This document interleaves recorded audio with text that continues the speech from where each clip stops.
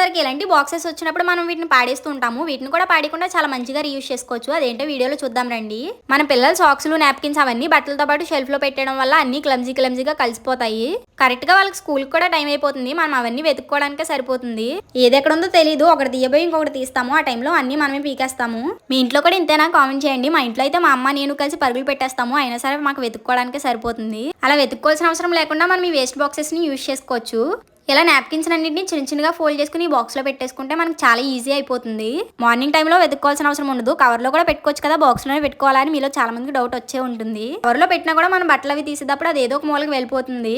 మాకు అది కూడా ఎక్స్పీరియన్స్ అయిపోయింది. బాక్స్ అయితే ఏ మూలకి వెళ్ళదు, అలా నీట్ గా ఉంటాయి. మనం బయటకు వెళ్ళినప్పుడు కర్చీఫ్ తీసుకువెళ్తాం కదా, అది కూడా టైంలో కనిపించదు, ఏటో వెళ్ళిపోతుంది. ఇలా బాక్స్ లో పెట్టేసుకుంటే నీట్ గా ఉంటాయి.